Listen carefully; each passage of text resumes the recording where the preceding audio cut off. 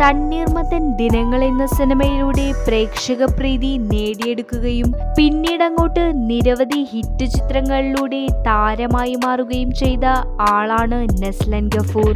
നിരവധി ഇന്റർവ്യൂകളിൽ നെസ്ലന് പ്രണയമുണ്ടോ എന്ന ചോദ്യത്തിന് ഒഴിഞ്ഞുമാറുകയായിരുന്നു നെസ്ലൻ എപ്പോഴും ചെയ്യാറുള്ളത്. എന്നാൽ ഇപ്പോൾ ക്ലബ് എഫ്എമ്മിന് നൽകിയ ഇന്റർവ്യൂവിൽ തനിക്ക് പ്രണയമുണ്ട് എന്ന കാര്യം വെളിപ്പെടുത്തിയിരിക്കുകയാണ് നെസ്ലൻ. എന്നാൽ ആരാണ് എന്ന് നെസ്ലൻ പറയുന്നില്ല.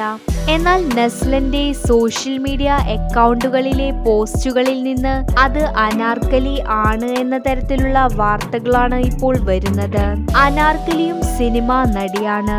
ഒരു മോഡലായി കരിയർ ആരംഭിച്ച് പിന്നീട് സിനിമകളിലേക്ക് വന്ന ആളാണ് അനാർക്കലി.